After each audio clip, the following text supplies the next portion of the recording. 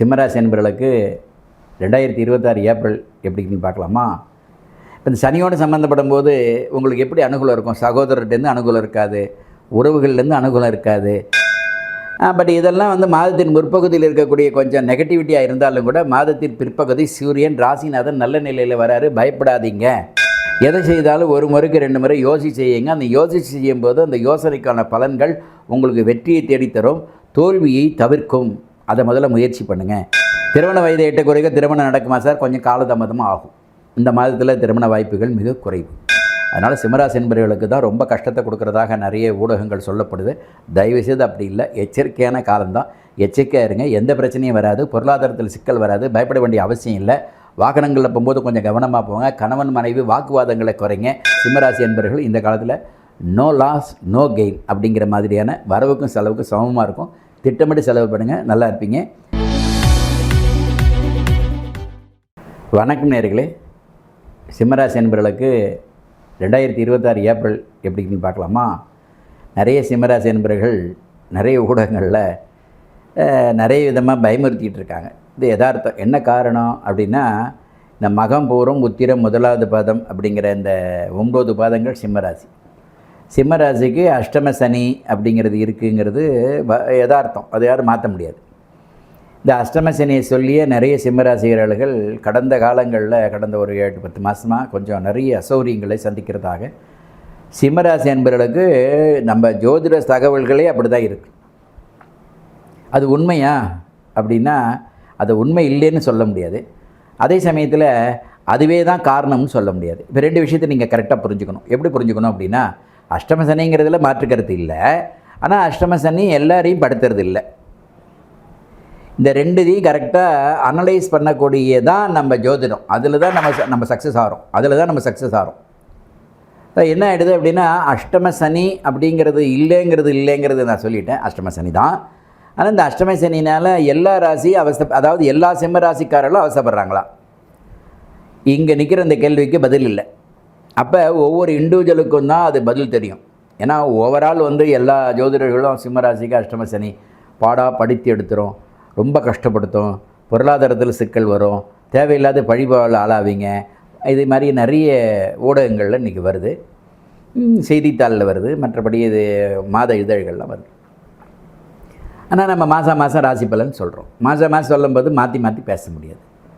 எல்லா ராசிகளுக்கும் சிரமம் கொடுக்காது அப்படின்னு சொல்கிறதுக்கு முழுமையாக அதற்கு வாய்ப்பு இல்லை. சிரமங்களை நம்ம சமாளிக்கக்கூடிய அளவு நமக்கு ஜாதக பக்குவம் இருக்கா அப்படின்னா என்ன அர்த்தம்?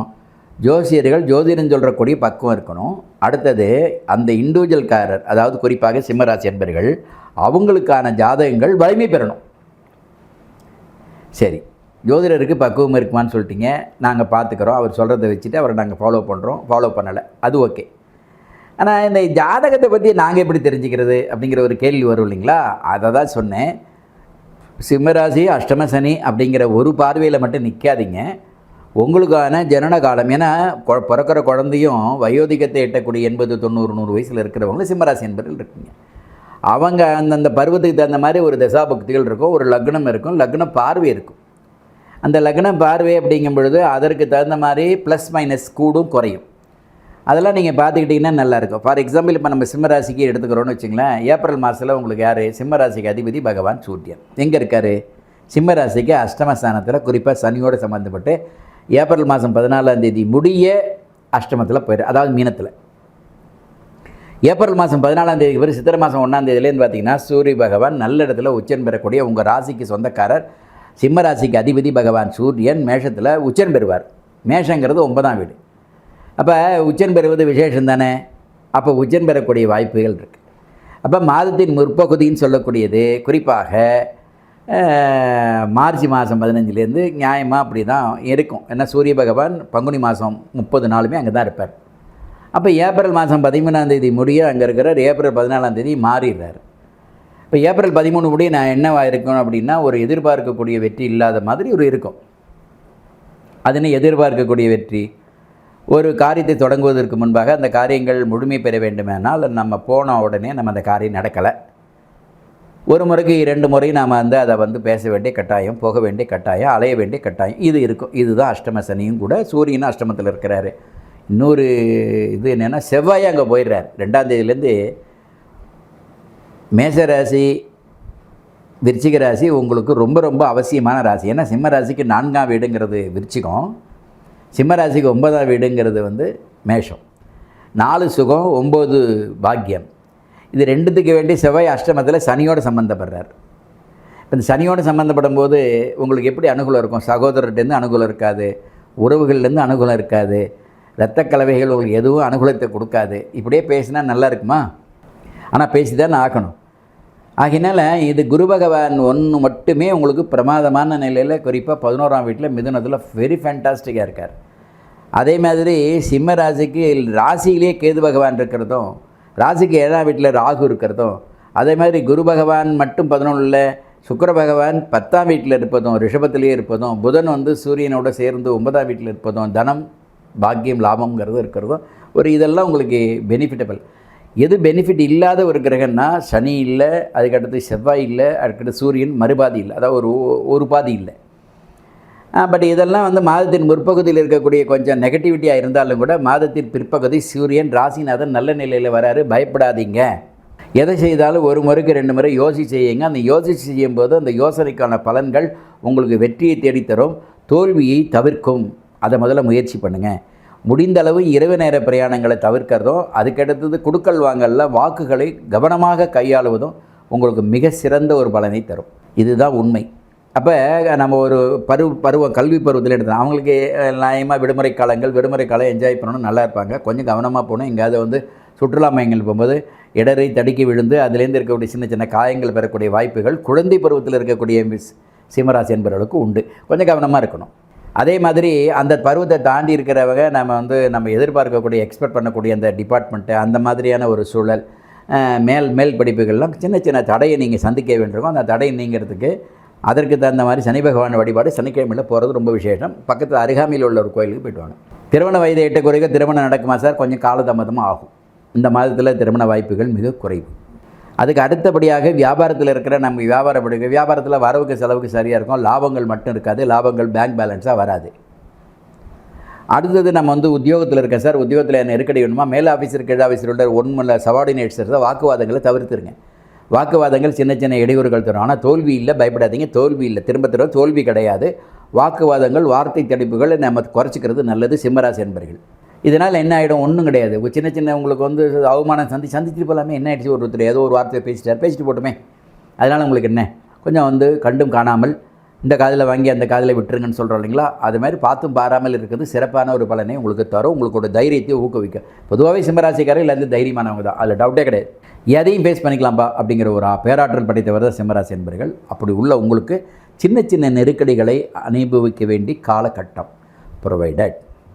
உங்கள் ஆரோஸ்கோப்பில் நல்ல பிளானட் சவுண்டாக இருக்குன்னு வச்சுங்க, நீங்கள் ராஜா. கண்டிப்பாக உங்களுடைய வயதை ஒட்டிய தசாபுக்திகள் உங்களுக்கு அனுகூலமாக இருக்கிற பட்சத்தில், இப்போ சிம்மராசி என்பர்கள் மக நட்சத்திரம் ரிஷப லக்னம், அவருக்கு ஒரு 45-50 வயசு இருக்குது. அவருக்கு ராகு தசை நடக்குது. ராகு தசை பிரமாதமான தசையாக இருக்கும்.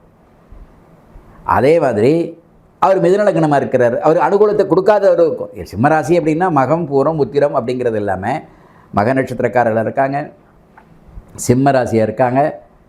லக்னம் எதை அடிப்படையாக அமைக்கிறதோ அதற்கான ஆதிபத்திய பலன். ரிஷப லக்னத்துக்கு சனி பகவான் யோகாதிபதி. பெரும்பாலான கஷ்டம் இருக்காது. ஏன்? அஷ்டம சனிங்கிறது சனியை தானே சொல்கிறோம். ரிஷப லக்னத்துக்கு ஒரு யோகத்தை கொடுக்கணும். அவரும் அவருடைய ஜாதகத்தில் எங்கே இருக்கிறாருன்னு பார்த்துக்கிட்டா டெஃபினட்டாக அவங்க நல்லா இருக்குன்னு எழுதி கொடுத்துடலாம், ரெக்கார்டாக எழுத்துப்பூர்வமாக தரலாம். ஆனால் சனி பகவான் எங்கே இருக்கிறாரு அவருடைய பிறந்த ஜாதகத்தில் தெரிஞ்சுக்கிட்டால் ஒரு ஜோதிடர் கண்டிப்பாக தைரியமாக சொல்லலாம். ஆக இந்த 12 ராசிகள் 12 லக்னங்கள் எப்படி அமையப்பெறுகிறதோ அதற்கு தகுந்த மாதிரி தான் உங்களுக்கு பலன்கள். இதெல்லாம் சார் அந்த கால ஜோதிடம் இப்படி தான் சார். இப்போ நவீன காலத்தில் 10 நாளில் ஜோசிக்கிறேன், 15 நாளில் ஜோசிக்கிறதுங்க, ஒரு மாதத்தில் இதெல்லாம் எவ்வளோ பெரிய குற்றம், எவ்வளோ பெரிய குறை, எவ்வளோ ஒரு பித்தலாட்டம், எவ்வளோ தில்லுமுள்ளு அப்படிங்கிறதெல்லாம் மக்களாக இருக்கிற நீங்கள் தெரிஞ்சுக்கணும். ஏன்னா ஏதோ 2 வார்த்தை பேசிட்டாருங்கிற ஒரு ஜோசியர் ஆகவே முடியாது. ஒருத்தருடைய வாழ்வாதாரத்துக்கு உயர்வதும் தாழ்வதும் ஜோதிடத்தினால தான். அவர் மட்டும் தேமையான இருப்பார். அவர் மட்டும் அவர் வேலையை பார்த்துட்டு அவர் மட்டும் போயிட்டே இருப்பார். அவருக்கு ஏதோ ஓடிருக்குன்னு நஷ்டமோ கஷ்டமோ அவர் வந்து ஓடிட்டுருவார். இந்த இடையில் வரக்கூடிய இந்த அரகுர ஜோதிடர்கள் கத்துக்குட்டிகள்லாம் இருக்காங்கல்ல, இவங்களால் எவ்வளவு மக்கள் அவசப்படுறாங்க. கோடான கோடி மக்கள் அவசரம் எனக்கு தான் தெரியும். நான் பரம்பரையாக பண்ணுறவன். நான் 140 வருஷம் எங்கள் ஃபேமிலியில் நான் வந்து ப்ரொஃபஷன் பண்ணேன். நான் 45 வருஷமாக தொழில் பண்ணுறேன். 1985 இந்த ஃபீல்டுக்கு வந்தால் இதெல்லாம் விளம்பரமா? ஏன்னா இன்றைக்கி ஜோதிடம் அந்தளவுக்கு எல்லோரும் ஒரு ஜோதிடத்தை பார்த்தா அதுக்கான தெய்வீக கடாட்சம் இருக்கணும். அவன் ஜோதிடத்தை பார்த்தாலே இப்படி இல்லை, கருப்பு சோக்கா போட்டு வரேன், அதேமாரி இருக்கான் பார்க்க. எதுக்கு சொல்கிறேன் அப்படின்னா, திரும்ப திரும்ப சொல்கிறேன், அந்த லக்ஷணங்கள் சர்வே ஜனா சுகுணோ பவந்தோ அப்படின்னா எல்லா மக்களும் சௌக்கியமாக இருக்கணும்னா முதல்ல நான் சௌக்கியமாக இருக்கணும். ஜோசியராக இருக்கிறவர் ஒரு பார்க்கும்போது ஒரு அந்த ஜோதிடத்துக்கு வேண்டிய குணாதிசயங்கள் இருக்கணும். ஜோதிடத்துக்கு என்ன வேணும்? மனசு வெண்மையாக இருக்கணும், அவருடைய உடை வெண்மையாக இருக்கணும், அவருடைய ஆடை உண்மையாக இருக்கணும், அவருடைய மனோபாவங்கள் உண்மையாக இருக்கணும். தானே உண்மை? ஸோ அப்படி இருக்கிறதுல 3 மாதத்தில் 6 மாதத்தில் 15 நாளில் 20 நாளில் லக்னத்தை மாற்றி போடுறேன், அதை பண்ணுறேன் அப்படின்னு நிறைய ஊடகங்களில் எல்லாம் செல்லு வந்ததுனால தவறான ஒரு தகவல்லாம் உங்களுக்கு வந்து மக்கள் மத்தியில் வந்து ஒரு பீதியை ஏற்படுத்துது. ஏன்னா நான் அதுக்கு வந்து பொறுப்புள்ளவன். அதனால் நான் பேச வேண்டிய கட்டாயம் இருக்குது. யார் வேணாலும் என்கிட்ட டைரெக்டாக பேசலாம், தப்பே கிடையாது. எல்லாத்துக்கான விளக்கங்கள் கொடுக்க முடியும். மூல நூல்கள் என்னென்ன இருக்குது அப்படிங்கிறத காலங்காலமாக ஜோதிடங்கள் எப்படி சித்தரிக்கப்படுகிறது, ஜோதிட மக்களுக்கு எப்படி பயனுள்ளதாக இருக்கிற ராஜாக்கள் காலத்திலேருந்து இன்றைய காலகட்ட அன்றாட சராசரி குடிமகள்லேருந்து ஜோதிடம் எந்த அளவுக்கு பலன் தரணும், அது எந்த ஜோதிடம் 5வது வேதம் சொல்லக்கூடிய அற்புதமான ஒரு பலனை இதுவோ வந்து விளையாட்டு பொருளாக மாற்றக்கூடிய இன்றைக்கி நிறைய தொலைக்காட்சியில் கூட அந்த காம்பேர்ஸ்லாம் அப்படி பண்ணுறாங்க. அதெல்லாம் தவறு. இதற்கெல்லாம் ஒரு சட்டம் வேணும்னு நான் வந்து அரசாங்கத்தை கேட்டுட்ருக்கேன். இந்த ஜோதிடம் வந்து மக்களுக்கு பயனுள்ள தகவலை மட்டுமே தரணும், பயனுள்ள தகவலாக மட்டும் இருக்கணும், பயனுள்ள தகவல் தரக்கூடிய ஜோதிடர்கள் மட்டும் இருக்கணும் அப்படிங்கிறத தெளிவுபடுத்துகிறேன். என்ன காரணம் அப்படின்னா, இது ஒரு அரியா கலை, அமானுஷ கலை. அனுமானத்திலே சொல்கிறோம். அமானுஷம்னா கண்ணு கெட்டாது, அது அனுமானத்தில் புத்திக்கு உட்பட்டு சொல்கிறோம். அதற்கு நிறைய பக்குவங்கள் நம்ம படித்திருக்கணும், அதில் பழகியிருக்கணும். இதற்கு மெயினாக வந்து நமக்கு இருக்கக்கூடிய அறிவாற்றலை கரெக்டாக நம்ம சொல்லி, நமக்கு இறைவனுடைய வாக்கு, இறைவனுடைய அனுக்கிரகம் வாக்கில் இருக்கணும். இறைவனுடைய அனுக்கிரகம் வாக்கில் இருக்கணும். வாக்கு சித்தம் அப்படிங்கிறது தான். வாக்கு அவருக்கு சித்தமாகணும் அப்படின்னா இறைவன் அவர்கிட்ட இருக்கணும், அவருக்கு அனுக்கிரகம் பண்ணணும். அவர் ரூபத்தில் வந்து தெய்வே மானுஷ ரூபேனான்னு இறைவன் மனித ரூபத்தில் வந்து அனுகிரகம் பண்ணணும். யார் வேணாலும் செல்லில் உட்காருக்கலாம். யாரோ ஒரு காம்பேர், யாரோ ஒரு நிகழ்ச்சி நடத்துகிறாங்க, யாரோ ஒரு யூடியூப் சேனலில் பண்ணுறாங்க அப்படின்னா மக்களை குழப்பறதுக்காக தயவு செய்து யாரும் பண்ணக்கூடாது. மக்களுக்கு நன்மை செய்யணுங்கிற ஒரு பலனை தவிர வேறு எதுவும் இருக்காது. சார், மணி வாங்குறது தப்பே இல்லை, அது அவங்க சர்வைவலுக்கு இருக்கும், அவருடைய வாழ்வாதாரத்துக்கு இருக்காது. ஆனால் அந்த வாங்கக்கூடிய மணி ஒரு ஆனஸ்டியாக ஒரு நேர்மையான இடையில் இருக்கணும். மக்களை அவருடைய நன்மையை கருதி மட்டும் அந்த நன்மைக்கு இந்த காசு வந்து பலன் தரக்கூடியதாக இருக்கணும். ஏன்னா இப்போ நிறைய சிம்மராசி என்பவர்களை குழப்பி மக்கள் ஒரு மாறி ஆகிட்டான். செய்கிறதா வேண்டாமா, வழக்கமான தொழிலை செய்கிறதா வேண்டாமா, என்ன பண்ணுறது அப்படிங்கிற மாதிரியான மிகப்பெரிய ஒரு குழப்பத்தில் எல்லா சிம்மராசி என்பவர்களுக்கும். சிம்மராசி அசைக்க முடியாத ஒரு ராசியாக இருக்கக்கூடிய அனைவரும் எதை கண்டு பயப்படாதீங்க, எதை கண்டும் பயப்படாதீங்க. இந்த அரகுர ஜோசியர் பார்க்குறத நிறுத்துங்க. இந்த மாதிரி இருக்கக்கூடிய தண்ணீரை அடையாத சார், ஒரு வயசு கூட ஆயிருக்கலாம், ஆனால் அவர் பார்த்தது வந்து அவர் பார்க்குற ஜோதிடம் வந்து சரியான ஜோதிடம் இல்லை அப்படின்னா எப்படி அவரை நீங்கள் எடுத்துப்பீங்க? வயசு பசங்கள்லாம் வராங்க. வயசு பசங்க அப்படின்னா நான் 45 எக்ஸ்பீரியன்ஸ், என்னோடய வயசு நீங்களே கணக்கு பண்ண 20 வயசில் வந்தேன். அரியா பசங்கள்லாம் நீங்கள் ஜோதிடத்தை எப்படி சொல்கிறதுன்னு தெரியாமல் சொல்கிறாங்க. அதெல்லாம் வந்து மக்களுக்கு எவ்வளோ பெரிய குழப்பத்தை ஏற்படுத்தும் அப்படிங்கிறது இருக்குது. ஏன்னா ஒரு க்ஷணப்பொழுதில் எல்லாமே மாறும். இரட்டை ஜனனம் அப்படிங்கிறது 2 குழந்தைகளும் ஒரே ஜாதகம், ஒரே ராசி, ஒரே லக்னம், ஒரே திசாபக்தி, ஆனால் 2க்கும் வெவ்வேறு விதமாக பலன் இருக்கும். உருவத்தில் வேணால் 2 பேரும் ஒற்றுமையாக இருக்கலாமே ஒழிய பலன்கள் வானலாக உயர்ந்திருக்கும். அதனால் தயவுசெய்து ஜோதிடங்கிறது மிகப்பெரிய ஒரு ஆற்றல் மிக்க சக்தி. இதை யாராலும் கணக்கிட முடியாது. கணக்கிடுவதற்கு இறைவனுடைய அருள் இருக்கணும். அதற்கு வேண்டிய அவருக்கு சிஷ்டாச்சார குலே செபிதபதம் சத்குரும் பாவியது. யார் வந்து சிஷ்டாச்சாரமாக இருக்கிறாரோ அவருக்கு மட்டுமே இறைவன் துணை புரிவார். ஜோதிடம் சொல்வதற்கு வாக்கில் வந்து உட்காருவார். இந்த மாதிரிலாம் இருக்கக்கூடிய ஒரு ஜோதிடம் பாருங்கள். அப்படி ஜோதிடம் பார்க்கும்பொழுது தான் நீங்கள் உங்களை நீங்கள் சரிப்படுத்திக்க முடியும், உங்களை தூய்மைப்படுத்திக்க முடியும், உங்களை கரெக்ட் பண்ணிக்க முடியும். இல்லைன்னா கஷ்டம். ஏன்னா ஜோதிடம் இன்றைக்கி அந்த அளவுக்கு கட்டுது. இது இன்னும் காலங்காலமாக போகணுன்னு எப்படி ஆகும்னு எனக்கு தெரியல. வேறு வழி இல்லை. எனக்கு வந்து இந்த மாதிரியான ஒரு தளத்தில் தான் என்னால் சொல்ல முடியும். ஏன்னா இது தனியாக ஒரு வீடியோ கொடுக்கும்போது உங்களுக்கு அது சுவையாக இருக்காது. அடுத்து நீங்கள் பாஸ் பண்ணிட்டு போயிட்டே இருப்பீங்க. அதனால் சிம்மராசி என்பவர்களுக்கு தான் ரொம்ப கஷ்டத்தை கொடுக்குறதாக நிறைய ஊடகங்கள் சொல்லப்படுது. தயவுசெய்து அப்படி இல்லை, எச்சரிக்கையான காலம்தான். எச்சரிக்கையாக இருங்க. எந்த பிரச்சனையும் வராது, பொருளாதாரத்தில் சிக்கல் வராது, பயப்பட வேண்டிய அவசியம் இல்லை. வாகனங்களில் போகும்போது கொஞ்சம் கவனமாக போங்க. கணவன் மனைவி வாக்குவாதங்களை குறைங்க. பெற்றோர்களை பேணி காத்துருங்க. அந்நிய செலவணிகளை கவனமாக கையாளுங்க. தேவையில்லாத வாக்குறுதிகளை கொடுத்துடாதீங்க, ஜாமீன் கையெழுத்து போட்டுறாதீங்க. இதெல்லாம் அவசியம் இல்லாத ஒரு செயலில் ஈடுபட வேண்டிய அவசியம் இல்லை. ஒரு காரியத்தை செய்வதற்கு முன்பாக ஒரு முறைக்கு 2 யோசிக்கிறது நல்லது. அதுதான் உங்களுக்கு சிறப்பான பலனை தரும். நீங்கள் என்னென்ன வேணுமோ அதெல்லாம் பாருங்கள். உயர் பதவியில் இருக்கிறவங்க கவனமாக கையாள வேண்டிய கட்டாயம் என்னென்னா, வாக்குகளை கவனமாக விடணும். தன் வார்த்தையினால் மற்றொரு மனசை பாதிச்சிடக்கூடாது, அவர் புண்படுத்தக்கூடாது. அதனால் இருக்கக்கூடிய பாவங்கள் உங்கள்கிட்ட வந்துடும். அது மேலே இருக்கலாம், கீழ் ஆஃபீஸராக இருக்கலாம், அது பிரச்சனையே இல்லை. ஒருத்தர மீச்சலாக புரிஞ்சிங்க, நல்ல உறவுமுறையில் கையாளுங்க. வியாபாரியாக இருக்கிறவங்க அதிகமான முதலீடுகள் இந்த காலகட்டத்தில் போட்டாலும் அதுக்கான ரிட்டர்ன்ஸ் வரலன்னு வருத்தப்படாதீங்க. ரிட்டர்ன்ஸ் காலப்போக்கில் அந்த ரிட்டர்ன்ஸ் வந்துடும். இந்த காலகட்டம் சோதனை காலகட்டங்கள் மனசில் இருக்கிறது. நம்மளுடைய செலவினங்களை குறைச்சிங்க, இதுதான் உண்மை. முடிந்த அளவுக்கு நமக்கு நம்மளுடைய வாக்குவாதங்களை தவிர்த்தால், உங்களுடைய வார்த்தை கரெக்டாக நீங்கள் பயன்படுத்தினீங்கன்னா உங்களுக்கு பெரும்பாலான கஷ்டங்கள்லேருந்து விமோசனை கிடைக்கும். திரும்ப சொல்கிறேன், வார்த்தையை சரியாக அளந்து பேசக்கூடிய சூழல் இருந்தால் உங்களுக்கு அடுத்த கட்ட நடவடிக்கை நீங்கள் நகரலாம். உங்களுக்கு அந்த பிரைட் இருக்குது, அந்த மாதிரியான பவர் இருக்குது, அதுக்கான வாய்ப்பு இருக்குது. தேவையில்லாத அச்சத்தை தவிர்த்து விடுங்கள். அச்சம் தேவையில்லை. ஆனால் எச்சரிக்கை என்பது வேறு, அச்சம் என்பது வேறு. ஒரு காரியத்தை செய்வதற்கு முன்பாக ஒரு முறைக்கு 2 முறை யோசி செய்கிறதுங்கிறது எச்சரிக்கை. ஒரு காரியத்தை செய்யாமலே இருக்கிறது பயம். அதனால் செய்யாமல் இருக்க வேண்டாம். அன்றாட வழக்கமான பணிகளை நீங்கள் மேற்கொள்ளலாம், அதில் பயம் இல்லை. அதில் கொஞ்சம் கவனமாக இருங்க. கவனக்குறைவாக இதில் நீங்கள் இருந்துட்டிங்கன்னா அதனால் சில விதமான உடலால் சில உபாதைகளை நீங்கள் அனுபவிக்க வேண்டிய அவசியம் வரும். அதனால் கவனமாக போங்க. நான் 40 தான் போவேன்னா நீங்கள் 60 போகாதீங்கன்னு சொல்கிறது என்னோடய வேலை. நீங்கள் 40 போகாதீங்கன்னு சொல்கிறது தான் தப்பு. நீங்கள் வீட்டுக்குள்ளே வந்தீங்க வண்டி ஓட்டாதீங்கன்னா அது தப்பு. 60 போகிறீங்க, 40 போங்க, 100 போகிறவங்க 60 வாங்க, இப்படிங்கிற மாதிரியான உங்களுடைய வேகத்தை குறைச்சிங்க. கவனமாக கையாளுங்க. கண்டிப்பாக இந்த மாதம் மட்டும் இல்லாமல் எந்த மாதம் உங்களுக்கு சிறப்பாக இருக்கும்.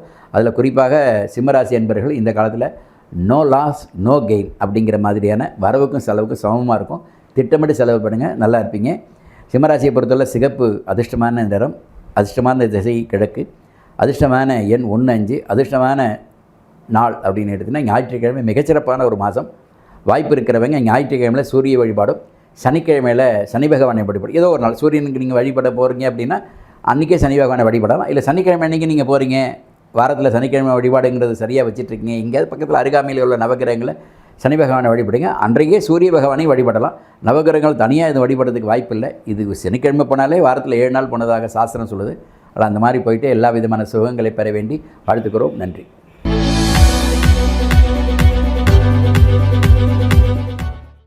நேயர்களே, இந்த ஆதியந்தம் டிவிக்கு சப்ஸ்கிரைப் பண்ணுங்கள். சப்ஸ்கிரைப் பண்ண பிறகு ஷேர் பண்ணுங்கள், லைக் பண்ணுங்கள், பெல் பட்டனை மறக்காமல் அழுத்துங்க.